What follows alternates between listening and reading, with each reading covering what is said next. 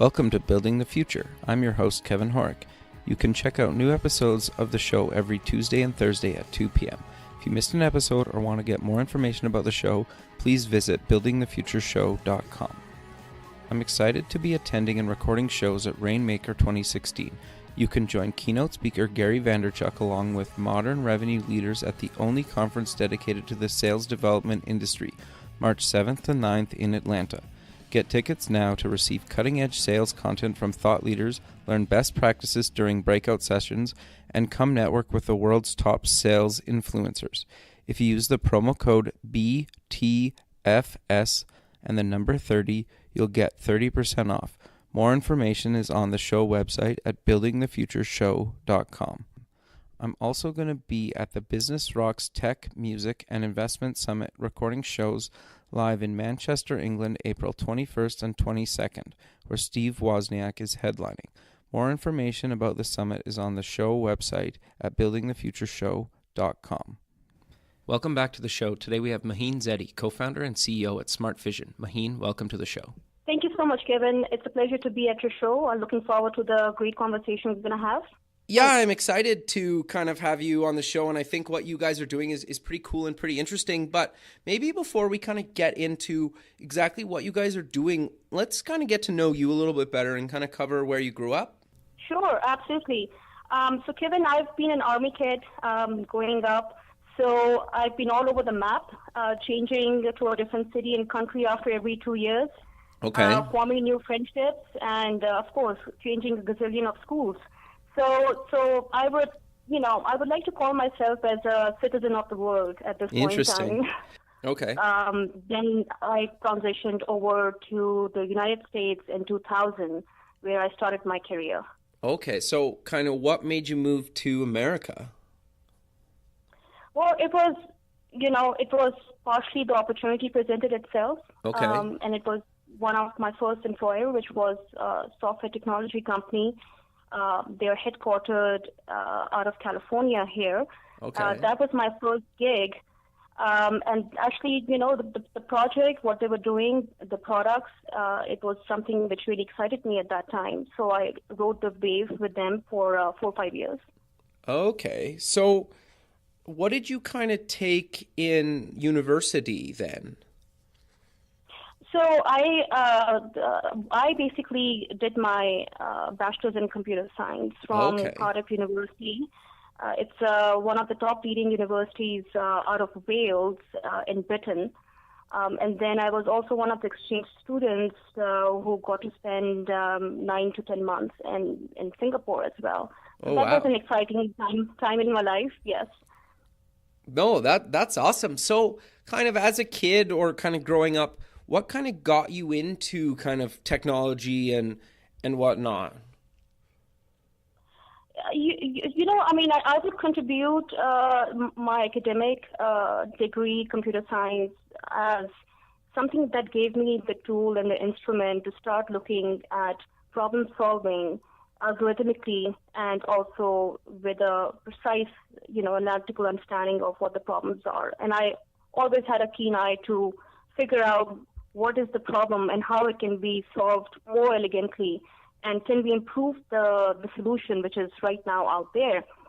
And, nowadays you have this thing, you have an app for every problem out there, which basically goes back in the history with the same type of concept that if there is a real world problem and issue, technology can solve it.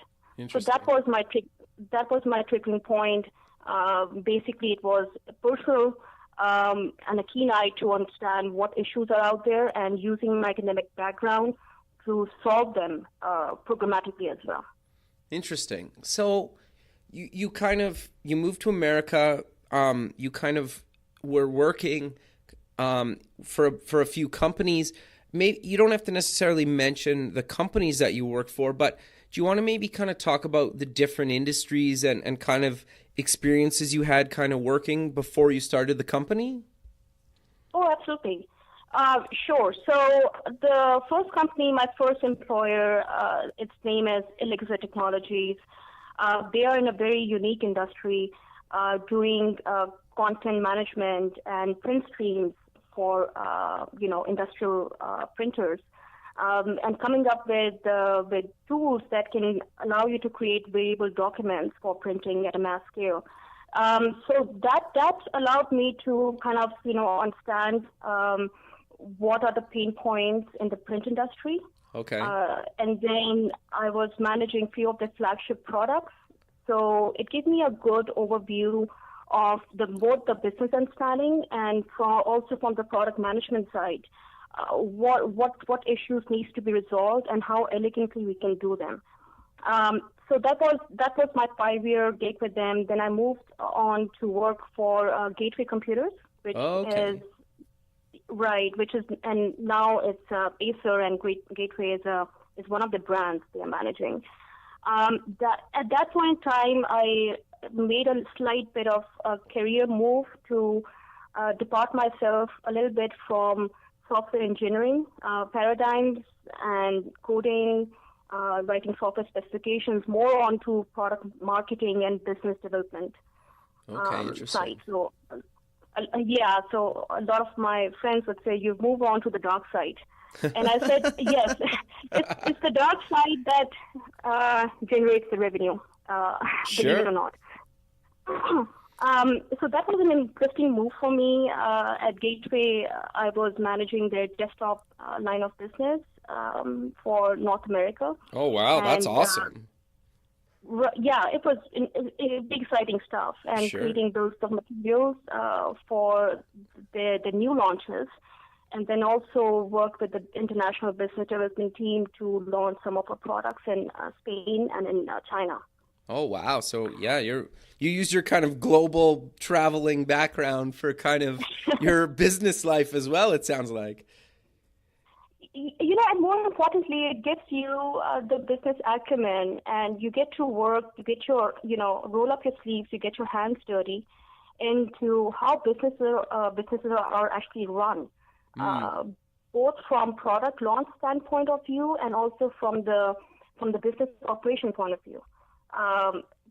And then add to the fuel, I transitioned over to Ingram Micro, which is the top IT distributor worldwide. Okay. So that gave me a very good flavor of working with a distribution channel, looking at the business model, the product's pricing, and I was managing both Walmart and Amazon as corporate accounts for Ingram Micro's private label. Oh, very cool. So, how did you kind of decide to kind of leave the corporate world and, co-found a company? The brainwave hit me in 2014 just because I've been working so closely with retailers at Ingram Micro. Right. And also with my own observation of what consumers' pain points are when they go searching for a product or a point of interest. So just because I had attained enough knowledge and know-how on the business side, and also doing, deep research, observations, market studies, focus groups on the end customer, the idea actually began in 2014. We actually started the company in 2015 after doing careful analysis of if this is, number one, if this is a real-world problem that we're trying to solve, and then secondly, trying to retrofit our solution into something that will really solve it.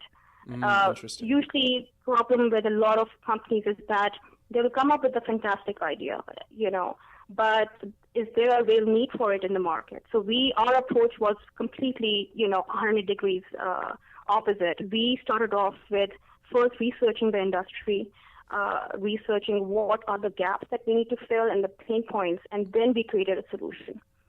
Interesting. And in the process, we were doing some very exhaustive comparative analysis, tearing down the other solutions in the market, and looking at what's missing out there and how can we improve it for the consumers.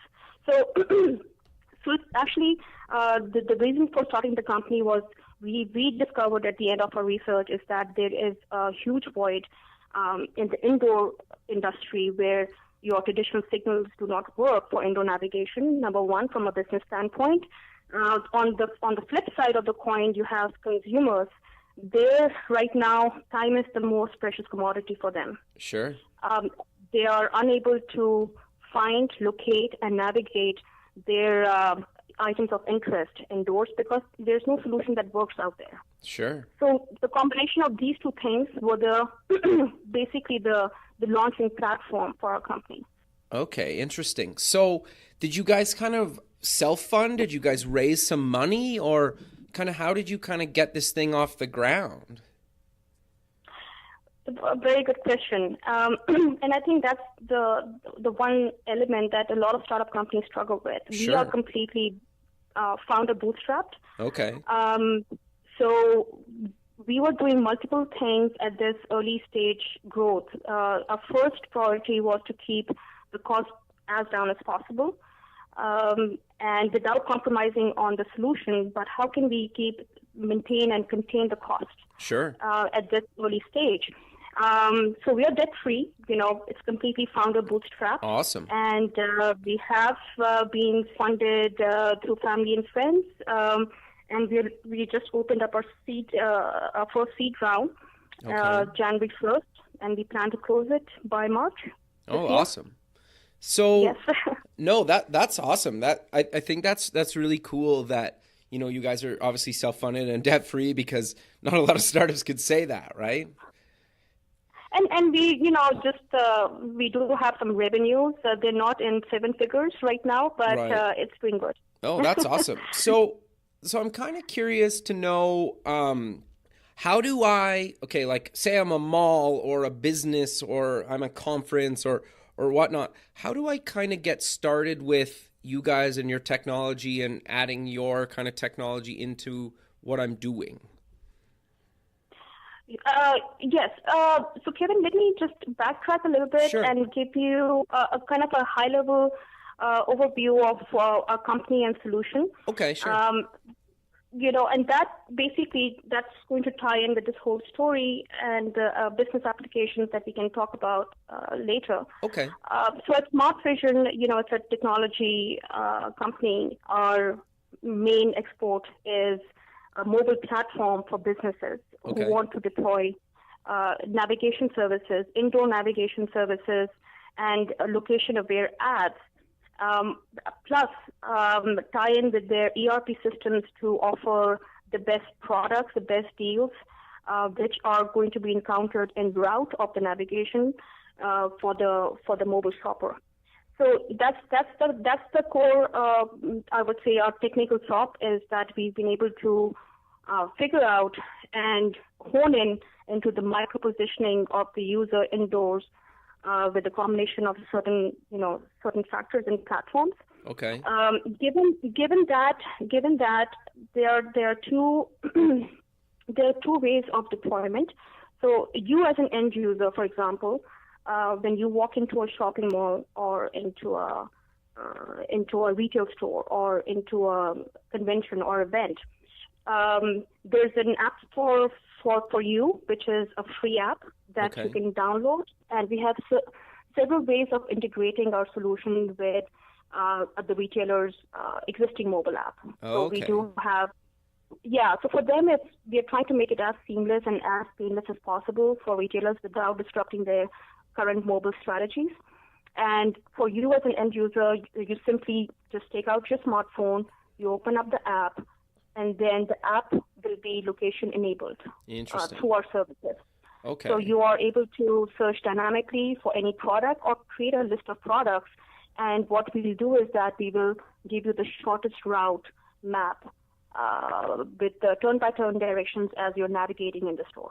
Very cool. So are you guys kind of using geofencing and iBeacon technology or something along those lines?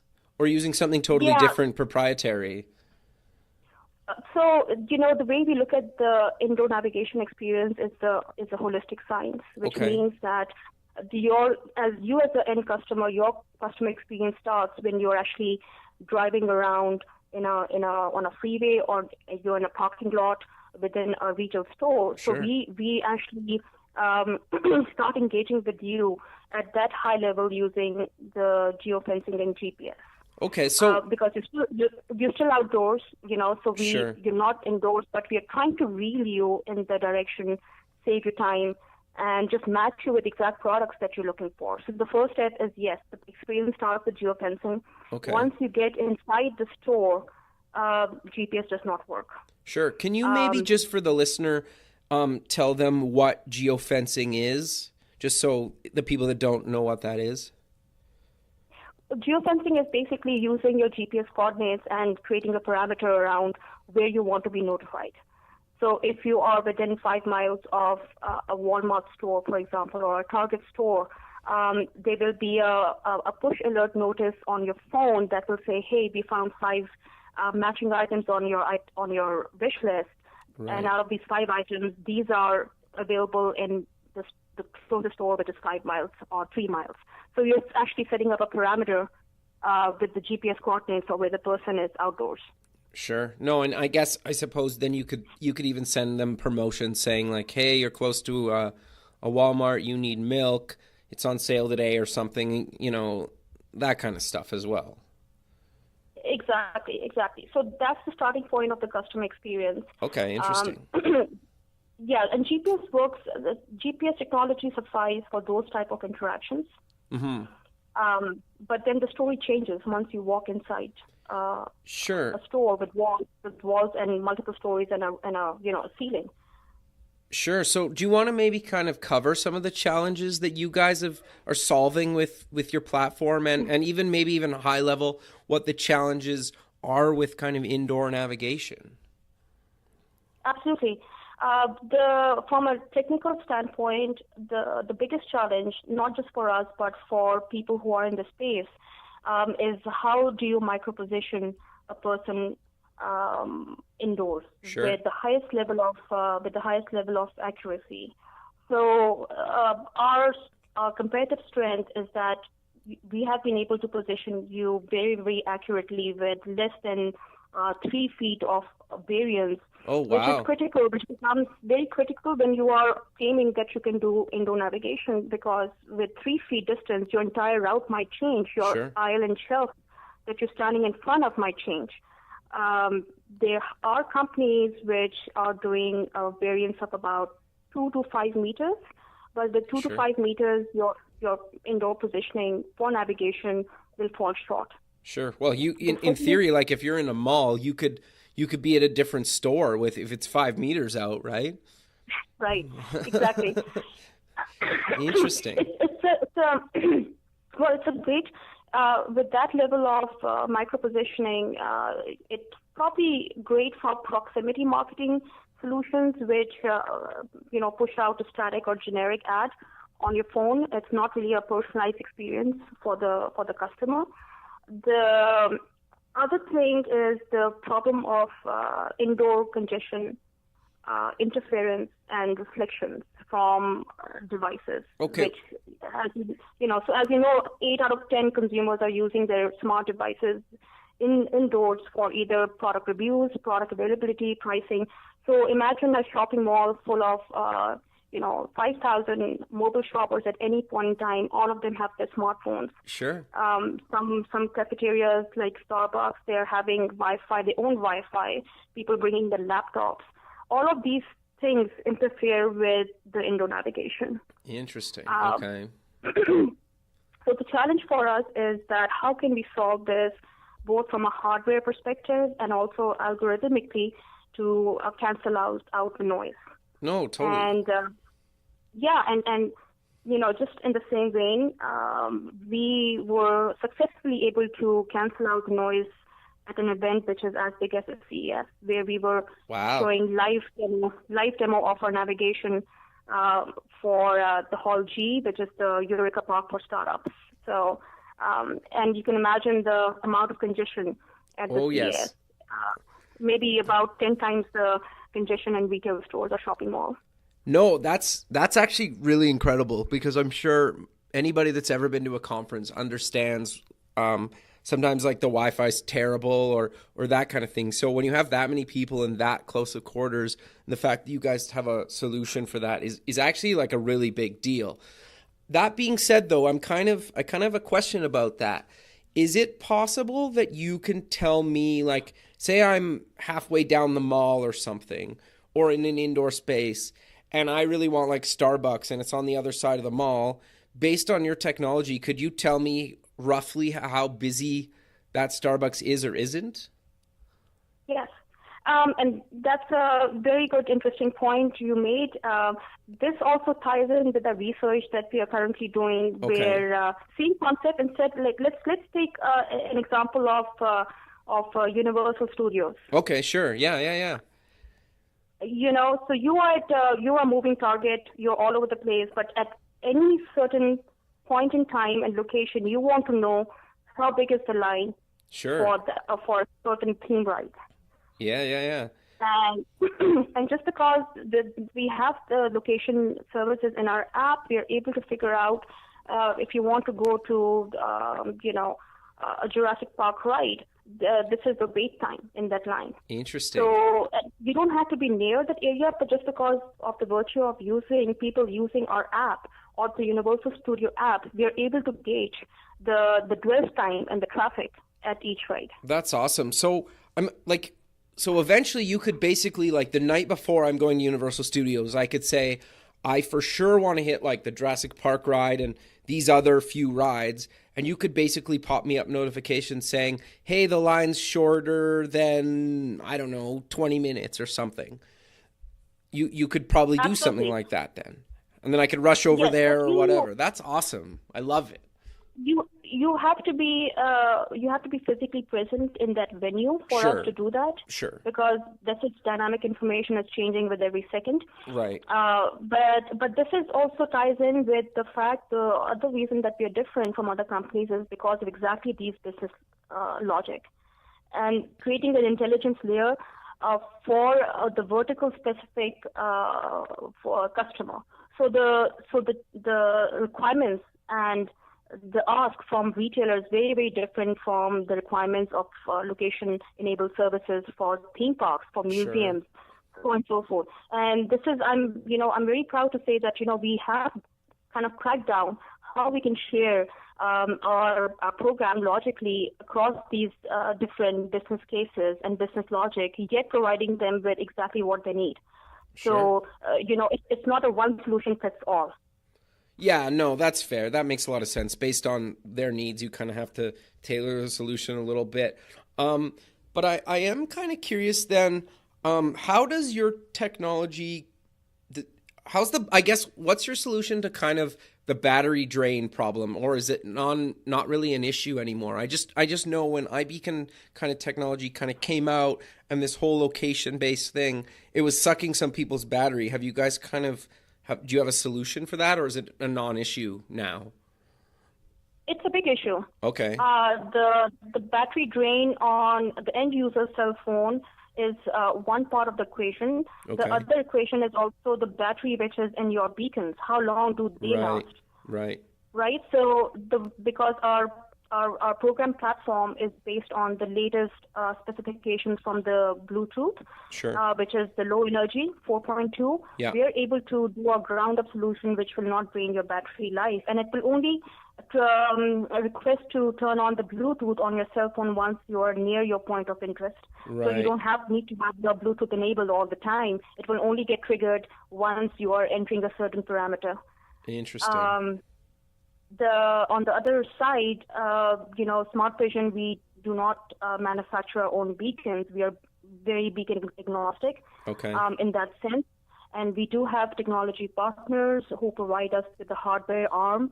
And we were very, very careful in selecting the top ones where the battery in the beacons have the longest battery life. Sure. No, that makes sense. And obviously, it's hard to have one provider because sometimes you need beacons that are just indoors. Sometimes you need ones that work outdoors. Sometimes you probably need a combination of both, correct? Absolutely. We, it's interesting. We had some very unique requests when we were at the CES show displaying our indoor navigation, where there were research companies who were trying to measure the health of their underground piping system. Okay, interesting. So their requirements were very unique and they were very different. They were looking at a rugged solution.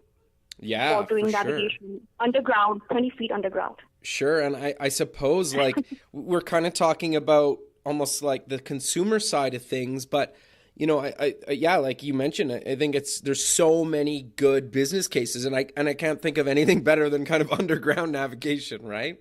Because people like Absolutely. there's I mean, tunnels and yeah, interesting. even we did not kind of forecasted that such a request will come our way. Sure. But yes, there is a huge industrial need for this solution. Factories, warehouses, they wanted us to deploy the solution for indoor positioning of the employees and which machines they're standing in front of at any Sure. time so they can be reconfigured. Very Interesting. interesting business case. Yeah. So when you say reconfigured, so basically like you could change things on the machine based on the type of use that I would potentially need in front of that I guess piece of machinery. Is that kind of what you're saying? Well, to be more precise, your store manager or the factory manager would like to know if he has deployed 20 forklifters. Oh, okay. Where are they revolving inside the warehouse at any time? If there's employee who has spent more than 30 minutes in front of one machine, because we can gauge that information, how much time you're spending in front of every machine. That's the information that he would need, the store manager, so that he can send a message saying, hey, you're needed at that other machinery if you can go, and this is your navigation route. Okay, interesting. And then you could basically send them the quickest way possible through whatever, especially if it's on another floor or something. Interesting. Yeah. And then the other main concern is safety and security. You have on a 5 million square feet of warehouse, you have forklifters. Employees should be able to know that on a blind spot, there's a certain forklifter coming his or her way. Sure. No, that's actually really interesting. So can you do like I know you can position me like where I am within 3 feet. Is the technology there yet to do kind of height, and like say if I'm on like a forklift or something, can you see how far I'm off the ground, or is the technology just not there yet? No, so when we position you indoors, Okay. we are working on 3 different coordinates, X, Y, Z. Oh, interesting. So the XY positions you on a 2D, and the Z coordinate will position you exactly which floor or if there are multiple floors in a shopping mall. We are able to position you if you're on floor number 1, 2, 3. So it works in a 3D kind of dimension. That's awesome. I didn't realize the technology was that far. That's actually really cool. So I'm kind of, where do you think kind of the future of the whole indoor navigation kind of thing's going to go? Because it kind of seems we're at the very kind of beginning, and you guys are at kind of, the very beginning of what's possible with indoor navigation. Kevin, the first challenge that we have to overcome as a solution provider for indoor navigation is education. Sure. So there have been solutions with different level of sophistications around in the market since 2008, believe it or not. Okay.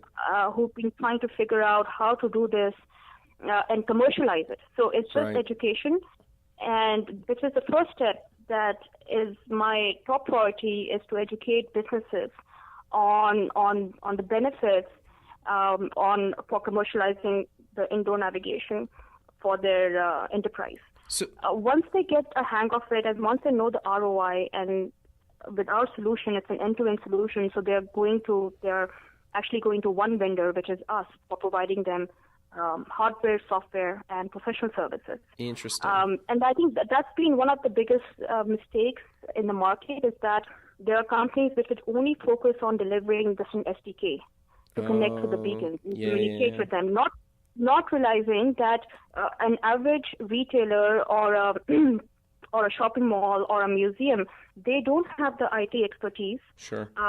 who have the programming sense to create a platform of their own for indoor navigation. So the reason it has not been commercialized so far at a massive scale is because of education, lack of elegant solution in the market, which is Sure. easy and very, very seamless to deploy. And then if these two things can be communicated effectively to the stakeholders in the business, they see the value on why this should be the next step in the mobile strategy. Sure. No, that makes a lot of sense. And I think you're right that anything that's kind of new, people just never really heard of it. And so you need to kind of educate them about what's possible, kind of where it's going, you know, and that. And I'm sure you get a little bit of pushback sometimes, but I think majority of companies and businesses, you know, within the next few years will have this stuff. And it's just going to be so commonplace that, you know, everybody's just going to have it automatically on their phone, and you're going to miss it when you don't have it. Because, you know, I've been even at conferences, and you go to those big conferences sometimes and you don't even know where the exit is, right? Or if you think like you go to like a casino in Vegas, like try to find the elevator, right, to get to your room. Like sometimes you're like, I don't even know where I am. So it has a lot of uses that I think you're going to start seeing it just in common places that are just, you know, everyday places that people are at for vacation or conference or the mall or whatnot, right? Maybe even finding your car in a big parkade or parking lot, right? Absolutely. And, you know, a very interesting use case study that we're working on is potentially having a solution for electric charging stations, which are in multiple level parking lots. Sure. Because, you know, the GPS, your car GPS will stop working, and if you have multiple charging stations deployed in an indoor venue, how do you route your customers to those? Interesting. So, the possibilities are endless. The use cases and the business cases are endless. We just have to make sure that we provide them with a solution with the intelligence layer that can talk to their business requirements. And that's why we are so particular in, you know, handpicking our customers, who we want to work with, what are the requirements, and actually be able to deliver an end-to-end solution to them. Sure. So it sounds like you kind of have quite the variety of different clients. Do you maybe want to kind of cover a couple other interesting use cases that, you know, maybe the listener kind of wouldn't think about or maybe would be relevant to their business? Like kind of similar to like the whole like underground navigation I thought was kind of fascinating. Absolutely. Another very interesting and growing market are the manufacturers of digital signage and digital displays in shopping malls. Okay. There are some huge, industry names which are backing this market up, including GE, Philips, Samsung, because they're deploying their hardware, which is display signage across, globally in shopping malls. The digital display works great because it gives you a static, high-level overview of the store map, but unfortunately, it's a signage that you cannot pick up with you and start walking around. Right. So one of the very interesting thing was, hey, why don't we collaborate and why don't we figure out a way that we can detect a person who's standing in front of on the display signage in a shopping mall. He interacts with the signage, marks the point of interest or the shops he wants to go, and then he would get a complete turn-by-turn navigation guide on his cell phone automatically based on that engagement. Right? So you just send that through Bluetooth or something then? Yeah, so we will work with deploying a small Bluetooth beacon hardware on each one of the displays. Okay. And then deploying them across the shopping mall. And based on your dynamic interaction with the digital display, we should be able to create a route for you and send it on your smart device. That's very cool, actually. And I'm assuming this is like Android, iOS, potentially probably Windows Phone and BlackBerry at some point, if it's not already there. Right now, our focus is iOS and Android. Sure, makes sense. Those are the two major players. The other two are not really that relevant, I suppose, is the nice way to put it. I think BlackBerry is a great business device, but sure. Our end consumer is an average shopper like myself. Sure, it's more and the general I public, most probably right? will be Yeah. using. Right, Yeah. exactly. No, that makes a lot of So sense. those, and we are also working on some good projects, which is going to enable us to send audio files with the navigation for places like a museum, Oh, where interesting. you don't have to buy those clunky headsets Yeah, to. that you're the millionth person that's wore that set. I mean, those things are expensive, right? I mean, Sure. you pay $15, and internationally, when I've been traveling, we were paying 25 euros or something for getting a handset with predetermined audio broadcasting. I think because we can tweak the content within the audio bytes to the liking of the user, it Interesting. becomes more personalized. That's Yeah. actually really cool, actually. And then I would assume that you also have a bunch of accessibility kind of uses for your technology as well, then. So somebody that's blind or visually impaired, you could basically navigate them to the stores they need to go or wherever they need to go based on audio. Based on audio, based on the audio bytes, that Interesting. opens up a whole new vertical for us. Totally. And then one of our top verticals for 2016 is going to be events and conventions. Sure. So, we're working with some, potential prospects for Okay. deploying indoor navigation for their events. The funny thing about events is that it's a kind of a tear-down event. So the floor map, the fingerprinting, and the booth layouts, everything changes from maybe one event to another event, or Right. even between days within their event. So that presents a big enough challenge for us to figure out how can we do it with scale Sure. for both domestic and international events. Sure. No, that makes a lot of sense. And then I would assume that you could get people, to their session rooms and whatnot too. Because like sometimes it's like these weird numbers like 318B. You're like, well, where is that relevant to where I am currently? Yes, and another thing I noticed at working at we were exhibitors and we had our own booth at CES. Right. The one thing I noticed in their layout was they either had the booth name glued to the floor, Sure. right? Yeah. Or they would have a very high level range, like 8,000 to 8,500 booths, way higher up.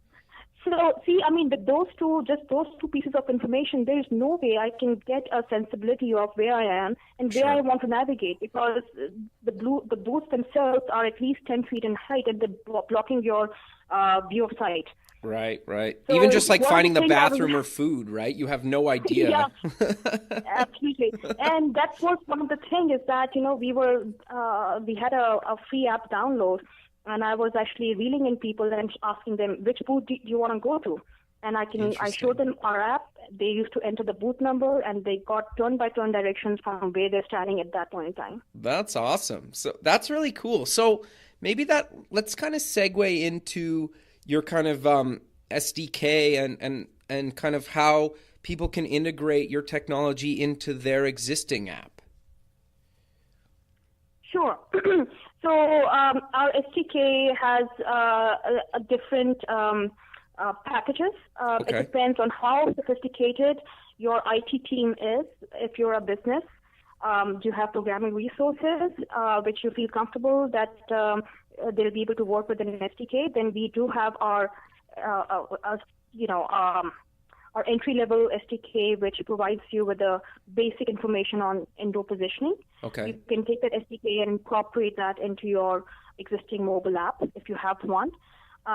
If you do not have the required infrastructure to work with SDK, we have the next level, which provides you with all the visual components along with the SDK. So we'll have a component for you to digitize your map. We'll have a component for you to fingerprint your facility, and we will help you to pinpoint exactly which locations you need to install the beacons.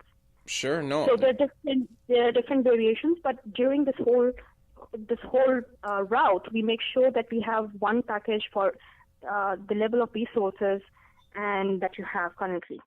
And then, of course, if you do not have a mobile app to begin with, a lot of event companies do not have a mobile app. We create the entire location-based services ground up with the complete handover of the mobile application to you. Okay, so you're kind of an end-to-end solution then, basically hardware and software. It's hardware, software, not just that. We also provide professional services. So we do have the infrastructure to dispense resources who will come to your on your venue, do a site planning and survey, install the beacons, and provide technical support and maintenance on the beacons too.